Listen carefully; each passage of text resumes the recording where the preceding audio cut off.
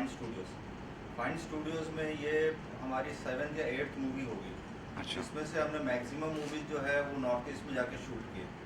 Because of Rebecca we have been shooting in north eastern part of India. Mechanic दादा का ऐसा हुआ कि वहाँ के एक राइटर हैं, हमारे अंकल हैं, इज़ 82 ईयर्स ओल्ड। उनका नाम है हेक्शे सेमा। तो वो बहुत पैशनेट है अबाउट राइटिंग। तो जब उनसे बात हुआ तो बोले हमारा स्क्रिप्ट रेडी है, बट वहाँ पे they didn't know how to write the script. उन्होंने एक स्टोरी दे दिया था मुझे 5-6 पेज का। तो मेरी टीम ने वहाँ जाके एक दिन में उसको स्क्रीन प्ले में और डायलॉग में कन्वर्ट किया। कन्वर्ट करने के बाद जितने भी एक्टर्स थे वो पूरे नागालैंड से ही थे, नागालैंड और असम से ही थे, और कुछ बाहर के भी थे, लेकिन they are all based in Nagaland. जी। तो वो टीम बनाई गई। टीम बनाने के बाद जो सिंगर हैं, सिंगर एनके नागा, जो गाना आपने अभी देखा, जी। वो एनके नागा है, वो सिंगर भी नागालैंड के हैं। तो इस तरीके से एक नागालैंड को प्रमोट करने के विचार से हम लोगों ने ये फिल्म बनाई। और साथ ही हमने देखा गाना बहुत ब्यूटीफुली शॉट किया गया था। और कितना दिन लगे वो गाने को शूट होने में, और किस तरह का प्रिपरेशन रहा उस गाने के लिए? देखिए गाने जो भी है, ये मूवी एक बहुत लिमिटेड बजट में बनाई हुई है। जी। लेकिन हमने क्या ड्रोन वगैरह का यूज़ किया जो एक नॉर्मल आजकल हर आदमी यूज़ जी। करता जी। है। जी। तो ये जो गाना था वो पूरा मैक्सिमम पार्ट जो है आसाम में शूट हुआ है। जी। पूरी मूवी जो है नागालैंड में हुई है, लेकिन जस्ट ये अच्छा। गाना जो है ये आसाम में हमने शूट किया है। जी। तो मैम आपसे भी जानना चाहेंगे आप किस तरह से प्रोजेक्ट से जुड़ी हुई है, और मैकेनिक दादा को 25 अवार्ड्स इंटरनेशनल है ना जगह पे मिले हैं, तो कितने प्राउड फील करते हैं आप? ऑब्वियसली कोई भी फिल्म मेकर्स के लिए इससे ज़्यादा अच्छी बात क्या हो सकती है। तो सब स्पेशली क्रेडिट डायरेक्टर्स आशीर्वाद सहमत हो जाते हैं। एंड जितना हम लोग ने एक्सपेक्ट किया था उससे भी ज़्यादा हम लोग को अप्रिसिएशन मिल रहा है। तो it's seriously feeling really proud. हमने कुछ टीज़र में झलक देखी नागालैंड की, और बहुत ही रियल नेचुरल, बहुत अलग लगा हमें और अच्छा लगा, सीधी सी बात है।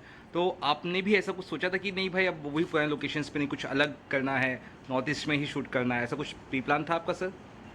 देखिए जो मैं जैसे बताया, हमने पहली मूवी की थी टीएमओ, जो जी। अभी रिलीज़ नहीं हुई है। वो हमने मेघालय में शूट की थी। अच्छा। शिलोंग और चेरापूंजी में किया था जी। और जी। गुवाहाटी में किया था। तो वो एरिया तो टेरेन तो बहुत सुंदर है अपना चेरापूंजी और इसका। जी। और मैम जो है वो नागालैंड से हैं। जी। सेकेंड मूवी हमारी लिटिल बॉय थी जो नॉर्थ ईस्ट में, जिसको हमने शूट किया था अरुणाचल प्रदेश में। जी। तो बार बार ये हो रहा था कि हम पूरे जगह शूट कर रहे हैं पर मैडम नागालैंड की और हम नागालैंड को ही एक्सपोज नहीं कर रहे हैं। तो हमने फिर ये डिसाइड किया कि चलो वहीं के आर्टिस्ट लेके हम, क्योंकि नागालैंड भी पूरा बहुत ब्यूटीफुल है, वेरियस लोकेशंस आर देयर, वहाँ पे मोकोकचोंग है और इसे बहुत सी जगह हैं। तो हमने फिर सोचा कि क्यों ना एक पिक्चर हम नागालैंड में शूट करें। शूट आपने जैसे नागालैंड में किया, मैकेनिक दादा नाम कैसे इस फिल्म का रखा गया? क्या स्क्रिप्ट पढ़ने के बाद लगा कि ये नाम बहुत सही है, ऐसा कुछ था कहानी पीछे देखिए की? जो मूवी है ना, ये आपको नटशल में बोलता हूँ, एक मैकेनिक की कहानी है। अच्छा। और वो मैकेनिक जो है वो एक बाइक का टेस्ट करते समय उसकी टांगे वो हो जाती जी। हैं, खराब हो जाती हैं।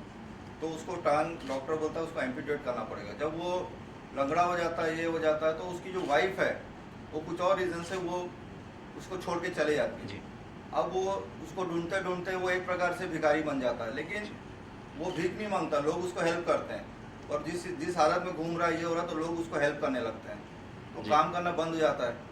तब उसकी मुलाकात एक बच्चे से होती है जो अपना साइकिल की चेन ठीक करते रहता है। जी। तो वो अपने झोपड़ी में बैठे हो रहते, तो उसको बुला के बोलता है ला मैं तेरी साइकिल बना देता हूँ। तो वहाँ से एक बच्चे की और उसकी बॉन्डिंग है पिक्चर में, जो सेकेंड हाफ है वो बॉन्डिंग है। तो वो उसको इंजीनियर दादा बोलता है जी। और ये उसको बेटा दोस्त बोलता है। तो एक बॉन्डिंग है। तो जब इंजीनियर दादा लोग को समझ में नहीं आएगा, इसलिए हमने पिक्चर का नाम मैकेनिक दादा कर दिया। हमने देखा है बॉलीवुड की फिल्मों में बहुत ज़्यादा नॉर्थ ईस्ट के एक्टर्स को नहीं लिया जाता है, अमूमन देखा गया है। तो आई थिंक एक बड़ी पहल है आप लोग की तरफ से, और मुझे लगता है एक बेहतरीन पहल है। और अब कुछ ना कुछ फिल्म फेस्टिवल्स भी हमने देखे हो रहे हैं नॉर्थ ईस्ट के। तो मैम इसके लिए क्या कहना चाहें, कितना प्राउड फील होता है? I want to start with 2007 जब मैं पहली बार मुंबई आई थी। जी। यहाँ आने के बाद में एक तो बहुत ही कल्चर एकदम शॉक था। And then I had some few friends who had suggested me to go to Khandala. So when I went there, I was so shocked कि अच्छा Khandala कहाँ, क्या है यहाँ? They said such a beautiful place. I said you come to Nagaland, to North East, हम लोग अपना खिड़की भी खोल देना तो ऐसे ही नज़ारा मिलते हैं हम लोग को.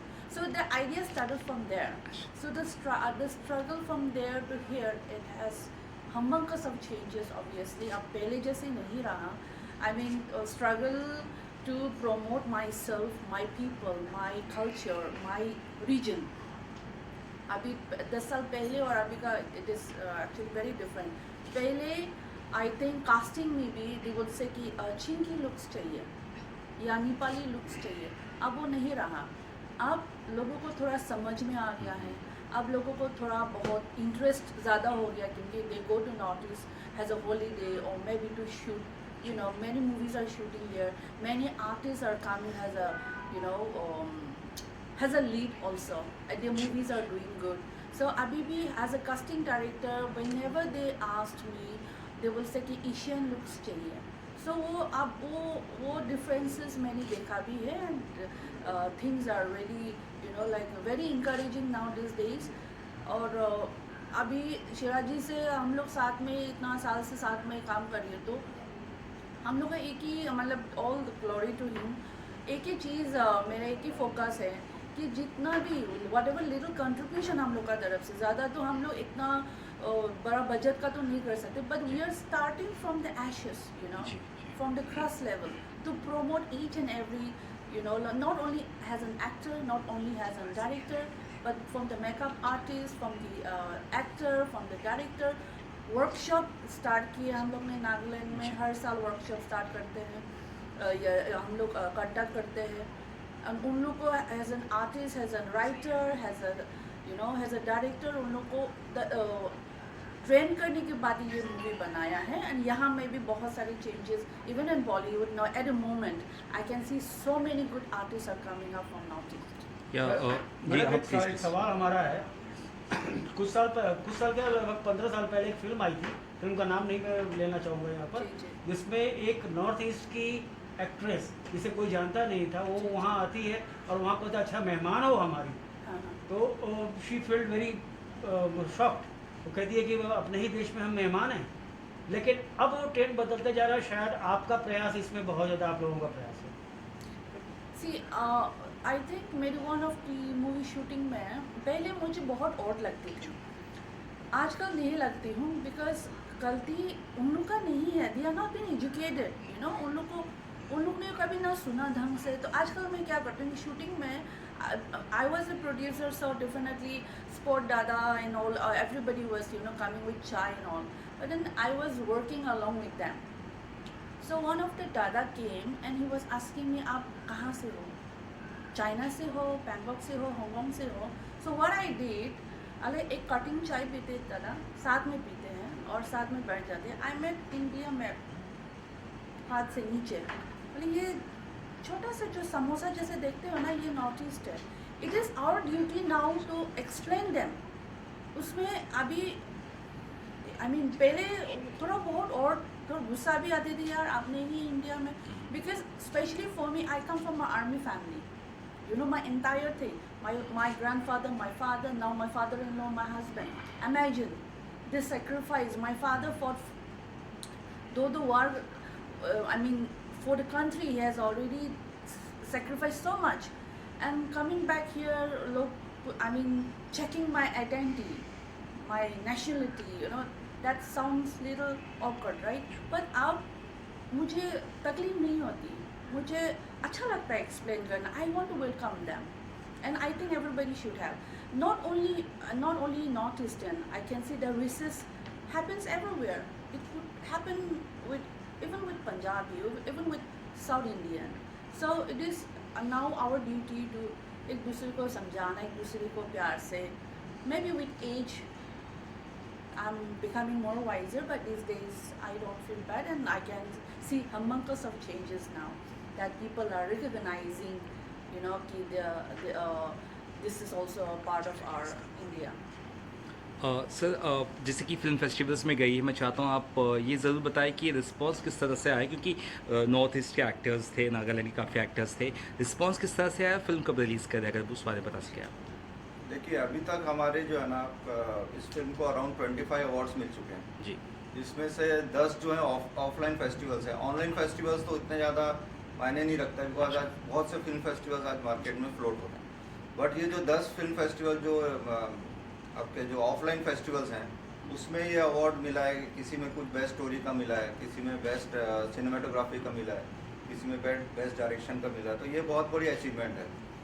और अभी चंबल इंटरनेशनल फिल्म फेस्टिवल में इसको बेस्ट सिनेमाटोग्राफी का मिला। उसके पहले Kanchenjunga international film festival, Everest film festival, फिर आपका बेहाला में, कलकत्ता में 2 जिफ्पा करके होता है। तो ये सब में जो ऑफलाइन फेस्टिवल्स होते हैं, जो प्रॉपर फेस्टिवल होते हैं, उसमें करीब 10 से 12 फेस्टिवल्स हमको मिला है। और इसका जो प्रीमियर हमने किया था लास्ट ईयर नागालैंड में, हम लोग ने ही कंडक्ट कराया था, फाइन स्टूडियोज ने जी। Along with NFDC and ministry of INB information broadcasting के साथ मिल के, और जो government of Nagaland IPR department of Nagaland, इनके साथ मिलके हमने एक फिल्म फेस्टिवल ऑर्गेनाइज किया था बहुत बड़े लेवल में। वहाँ पे हमने इसका प्रीमियर रखा था, क्योंकि हम लोग ऑर्गेनाइजर थे तो we could not participate in the film festival, पर वहाँ हमने इस पिक्चर का प्रीमियर किया था। और इस साल जो नॉर्थ ईस्ट फिल्म फेस्टिवल यहाँ पे हुआ आपका मार्च में, जहाँ पर सिर्फ नॉर्थ ईस्ट के लिए था, आपका NFDC कॉम्प्लेक्स जी जी, मुंबई में हुआ था। जी जी जी जी जी। आई तो उसमें हमारी पिक्चर जो है वो आई थी, तो वो ऑफिशियल सिलेक्शन का जी। उसको अवार्ड मिला। तो इस तरीके से अवार्ड्स। और मेन चीज़ क्या है कि मूवी जो है एक सिंपल सी स्टोरी, एक ड्रामा है, एक इमोशन है बच्चे के और एक मैकेनिक के बीच की एक इमोशन, बहुत बड़े लेविश या उस स्केल की पिक्चर नहीं। तो इस टाइप की जो मूवीज़ हैं, ये फेस्टिवल्स में बहुत अप्रिशिएट की जाती है। जी, ऑफ कोर्स मैम ने अभी कुछ चीज़ों के बारे में हमें हाईलाइट किया कि कैसे इंडिया में रह के उनको नेशनलिटी के बारे में बताना पड़ता है, और बहुत वाइजर तरीके से मैम ने बात की। तो क्या लगता है ये चीज़ें बदलाव हो रहा है और अच्छे दिशा में हो रहा है? क्योंकि हम सोशल मीडिया पे देखते हैं कई सारे नॉर्थ ईस्ट के बच्चे ये कहते हैं नहीं नहीं हम वहाँ के नहीं है, हम इंडियन है, मोमोज करके मत बुलाओ, ये नहीं वो नहीं। तो अब क्या लगता है आपको? तो देखिए, ये तो मतलब एक अलग टॉपिक है, बट जो मूवीज़ से अगर हम देखें तो जैसे हमारा जो फ्रेंड है जो हमारी पिक्चर में काम किया था, जी। चूजो जखॉय, उसने फोर्स 2 में काम किया, उसने हैप्पी फिर भाग जाएगी उसमें काम किया, उसने साहो में काम किया, उसने सब बड़ी बड़ी मूवीज़ में काम किया एज ए विलन। तो उसका जो लुक है, अभी आप डैनी साहब को देखिए, वो भी सिक्किम से हैं, तो वो लुक जहाँ पे एक रेगुलर लुक नहीं रहता है, मंगोलियन लुक है, तो उसके लाइक जो कैरेक्टर्स मिलते हैं, तो उस हिसाब से उनको काम मिला जाता है। अभी अनेक फिल्म जो बनी थी उसमें वहाँ के एक्ट्रेस अनेक में थे। ठीक है। बराबर। तो आप देखिए कि ऐसा कुछ नहीं है, नॉर्थ ईस्ट जो है वो भी इंडिया का भाग है, साउथ इंडिया वो भी इंडिया का भाग है। तो एक लोगों के एक मन में है कि वो सब चिंकी लुक बोलते हैं या वो एक्चुअली मंगोलियन लुक बोलना चाहिए, तो वो कोई इनको जानकारी की कमी है। आप रास्ते में जाएंगे, एक ड्राइवर है, उसको क्या मालूम है, उसको तो बॉम्बे मालूम है, वो बड़ी बात है। हाँ, सही। तो हम एक जनरलाइज वे में हम इसको ये नहीं कैटेगराइज नहीं कर जी सकते। जी जी जी। और जाते थे जानना चाहूँगा सर, क्या कुछ प्रोजेक्ट्स के अलावा आप लोग कर रहे साथ में? ऑफकोर्स नॉर्थ ईस्ट को आप प्रमोट कर रहे हो, और मुझे ऐसा लगता है कि आगे बदलाव भी होगा, बॉलीवुड की फिल्में भी वहाँ शूट होंगी। तो क्या ये इस दिशा में किस तरह के अप्रोच और क्या प्रोजेक्ट साथ में करें आप लोग आगे? देखिए, 2012 से हम लोगों ने अपनी जर्नी स्टार्ट की थी फिल्म मेकिंग की, और तब से वहाँ इवन अगर हिंदी प्रोजेक्ट है तो वहाँ के सिंगर्स, अलोको नागा बहुत रेनाउंड सिंगर है, वो पूरे वर्ल्ड वाइड अपने शोज करता है, उसको रबेका ने यहाँ बुलाया, यहाँ पे हमने गाना रिकॉर्ड कराया। उसके बाद एक पिक्चर है 2 लोखंड वाला, तो उसमें 2 सिंगर जो नागालैंड आइडल जो होता है वहाँ के जो विनर्स थे, उन दोनों को यहाँ बुला के हमने एक गाना रिकॉर्ड कराया। उसका जिस पिक्चर में NK नागा है, उसको हमने गाना रिकॉर्ड कराया। तो वहाँ के जितने भी टैलेंटेड लोग हैं, मैडम उसको पुश करती है। और कोई वहाँ से बाहर से आता है तो नॉट ओनली फिल्म्स, अगर कोई इधर कोई किसी टाइप का भी हेल्प चाहिए, because she is based in Mumbai, तो हम 10 साल से तो हम ये करते आ रहे हैं। दूसरा क्या होता है कि जैसे कोई शूटिंग होने वाली रहती है, जैसे एक पिक्चर आई थी नानी तेरी मोरनी, शॉर्ट फिल्म थी बच्चों की, तो उसका पूरा प्रोडक्शन इन्होंने किया था। और जो बड़े बड़े जो अमेजन और ये सब के भी जो प्रोजेक्ट्स आते हैं, तो इनको पूछा जाता है कि भाई आप उधर कहाँ क्या अरेंजमेंट कर सकते हैं, डिस्टर्ब एरिया तो नहीं है, क्योंकि कई लोग के मन में ये रहता है कि यार वहाँ थोड़ा डिस्टर्ब एरिया। तो वो सब चीज़ें जो गलत फहमियाँ हैं, वो अगर कोई ऐसा बीच में एक आदमी रहे जो उस गैप को ब्रीच कर सके, तो she is doing the perfect job for that. Great. Release के बारे में हम पूछे थे सवाल, आई थिंक वो मिस आउट हो गया। कब तक सोच रहे हैं इस फिल्म को रिलीज़ करने को और कहाँ पर? देखिए, ये जैसे मैंने बोला एक बहुत बड़ा प्रोजेक्ट नहीं है, तो हम इसको थिएटर में नहीं ले जाएंगे, हम इसको OTT रिलीज़ करेंगे। तो हमने ऑलरेडी पिचिंग शुरू कर दी है, तो मोस्ट प्रोबेबली अक्टूबर में 10-15 जगह हमारी पिक्चर जो है इंटरनेशनल लेवल में भी जाएगी। और अच्छे अच्छे चैनल्स में आपको दिखाई देगी। जी मैम आपसे लास्टली सवाल जानना चाहूँगा फाइन स्टूडियोज़ किस तरह से नए टैलेंट्स को सपोर्ट या प्रमोट करेगा, उन्हें चांस है क्योंकि नागालैंड की मैं वहाँ पे शूट हुई वहाँ के आर्टिस्ट को लेकर, तो ये एक सवाल है वहाँ के लोग जैसे काम करना चाहे तो किस तरह से आपसे अप्रोच करो या फिर किस तरह से आप कुछ क्लास ले रही है फिल्म मेकिंग ऐसा कुछ कर रहे हैं आप Yeah, बता सके। definitely. That's what I mean. Yeah. From the day one, हम लोग ने जब भी प्लानिंग किया, जब मूवी के लिए प्लानिंग किया, मेरा हमेशा से टारगेट वही थे क्योंकि humongous of talented we have from our region. Specially मैं नागालैंड को फोकस इसलिए करती हूँ क्योंकि ज़्यादातर they want to come to Mumbai लेकिन उन लोगों को इतना अपॉर्चुनिटीज़ नहीं मिलते हैं। So we usually every year, अभी 2 साल से तो कोविड का वजह से हम लोग ने वो नहीं किया, but again coming back to that very soon. तो हम लोग वर्कशॉप करा के उन लोग को एक्टर, राइटर, डायरेक्टर, ये सब लोग को हम लोग एक वर्कशॉप करा के हम लोग उन लोग को ही, जिन लोग को इंटरेस्टेड है उन लोग को हम लोग अपॉर्चुनिटीज़ देते हैं। And obviously they are anybody who ever wants to be part of this journey from our region, they are always welcome. हम लोग का तरफ से हमेशा सपोर्ट रहता है उन लोग को, और in future also they are always welcome.